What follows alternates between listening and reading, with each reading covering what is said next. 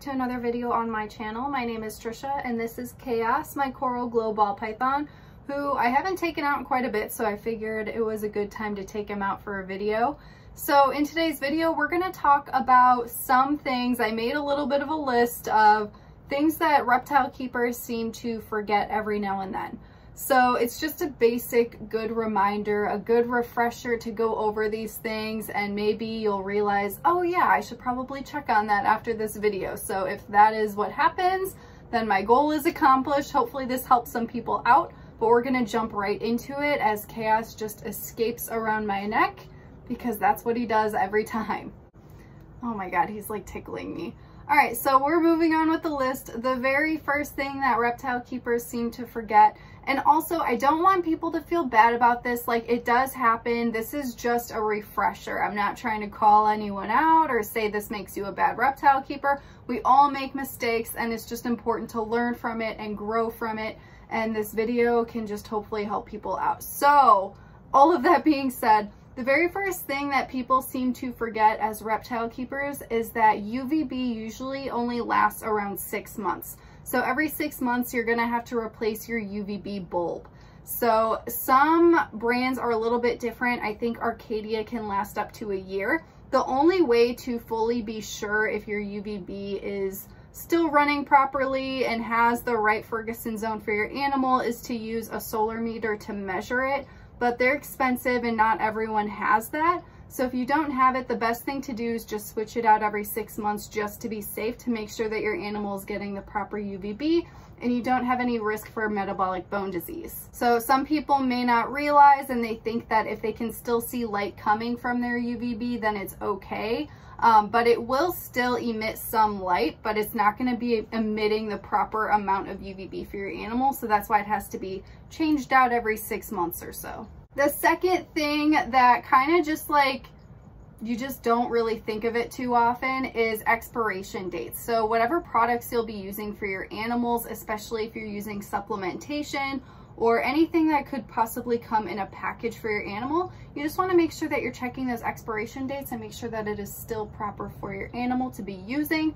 I'm not sure if it can cause like really negative effects to be giving it to your animal when it's expired, but it most likely just won't have the same effects and won't work as well. So you just want to make sure that obviously you're using nice up-to-date products for all of your reptiles. Number 3 is seasonal adjustments. So I actually am going to be making a video on this. I've had it on my list for quite some time now. I need to actually get to it. But as the seasons, depending on where you live, if you have different seasonal changes, you may have to adjust your care for your reptiles. So some examples of this would be if it is winter time, you may need to use a space heater, increase the wattage of your heat bulbs, or even increase the humidity in your enclosures for your animals, depending on the animal and the care requirements and all of that. But if it's summertime, a lot of the time you may need to actually lower your wattages, make sure that you are increasing ventilation if needed, just because there can be a little bit more humidity in the summertime, especially like where I live. So ventilation is something that you definitely want to be paying attention to. The humidity, you don't want it to be overly moist and overly hot. So you just got to make sure that it's comfortable always for your animals and that they're getting the proper temperatures and humidities that they need. The next one is supplementation schedule. So depending on what animal you have, this can vary. Most people feed a multivitamin 1 to 2 times a month, so it's just important not to forget that and to still provide it. The best thing to do is write it down if you have to, just to make sure that you aren't going to forget it. But yeah, that's just one of those things. Like, it's easy to forget, so you don't want to forget it, so that's why I'm bringing it up. The next one is checking your temperature and humidity regularly to make sure that they are adequate for your animal. So most people, Chaos, where are you going? Don't go in the plant, please. Most people do this as reptile keepers. So I have noticed with some reptile keepers, mainly like beginners, because it's just like one of those like beginner mistakes, that they will check the temperature and humidity when they're putting the animal in, which is correct. You obviously want to make sure that it's correct before you put your animal in the new enclosure. However, they think that checking it that one time it'll always just be on point and they won't have to check it anymore. So again, there's seasonal changes, maybe your bulb is not working as well. Different things can change over time. So it's very important to just make sure that you are still checking the humidity and still checking the temperature that you have for your animals to make sure that it is on point for them, because God forbid your snake gets like burned or something. You don't want that to happen, obviously. So it's just important to always be checking on things like that and keeping up on it. The next one is appropriately timed handling sessions. So this does depend on the reptile. I've touched upon this a few times in the past. Some animals are really great with handling, like Chaos here is fantastic and is absorbing my heat, can be out for at least the span of this entire video, whereas there are other animals that may become stressed, so it's not a good idea to have them out for a very long time, or they can overheat. Like if it's a crested gecko, we're much warmer than them. And if we're holding them for a very long period of time, we can cause them to overheat and they'll start getting really jumpy. So it's important to understand those aspects and just respect your animal and make sure that you're not keeping them out when you want to handle them for too long of a period. So that's just something that some people can easily forget when they have an animal out, because they're having fun, they're enjoying their time with it, and they may push the boundary a little too far and keep the animal out a little bit too long, causing stress or overheating or whatever else could happen. So it's just important to realize that, maybe set a timer for yourself and just pay really close attention to your animal when you're handling them to make sure that you're not stressing them out too much. Number 7 is the use of thermostats. So thermostats are so critical, especially if you're using any type of a heat pad or heat mat or heat tape. So a lot of people use these for their snakes, and it's kind of bad, but like a lot of people will use a heat pad without a thermostat at all.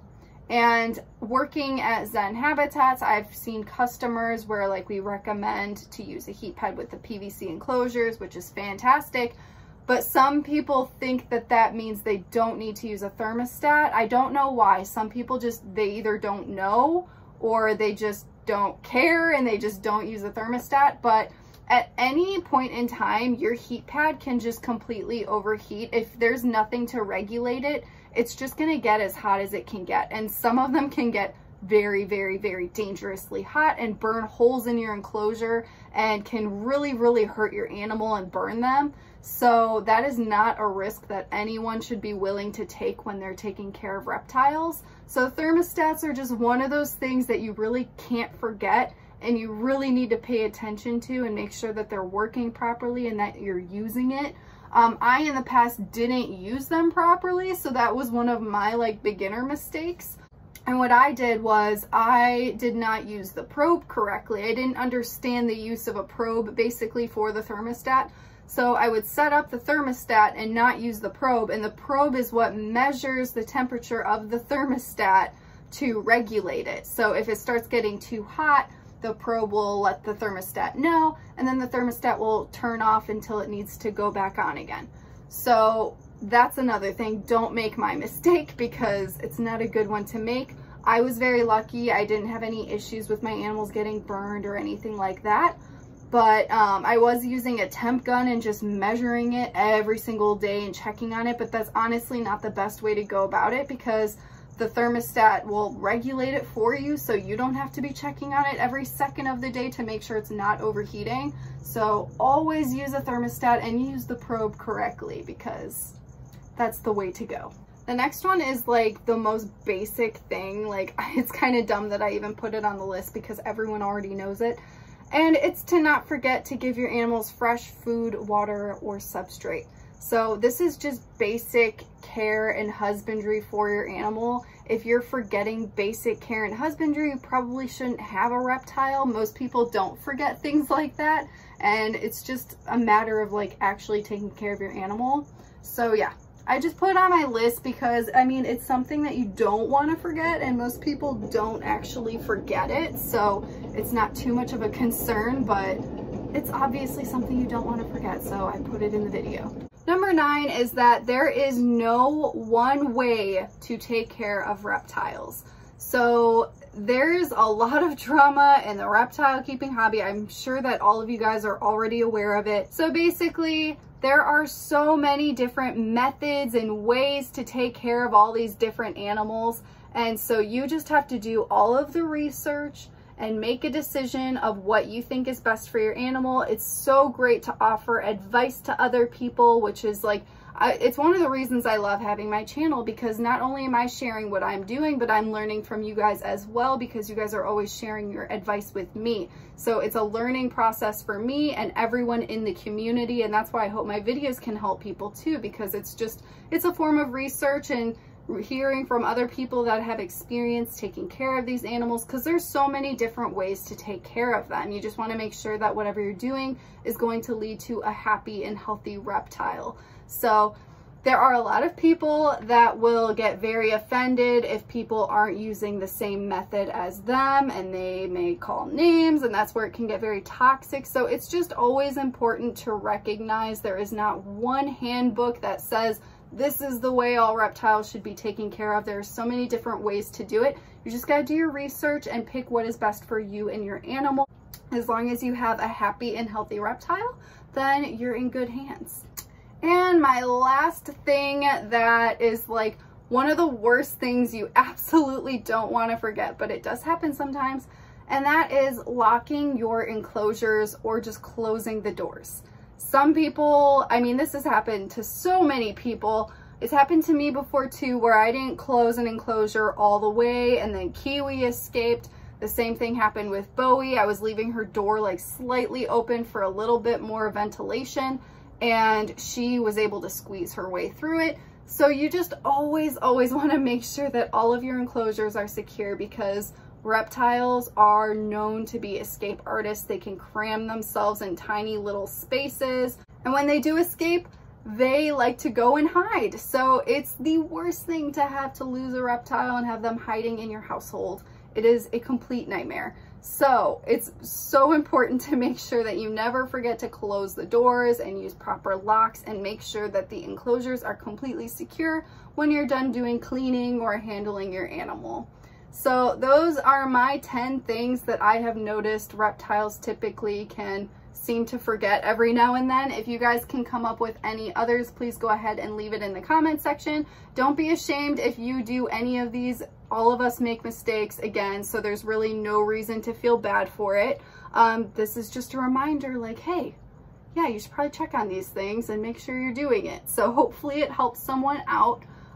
Chaos is like done with this video. He's like, where are you going? He's all over the place. So yeah, I hope you guys enjoyed today's video. Thank you so much for watching, and I will see you guys in the next one.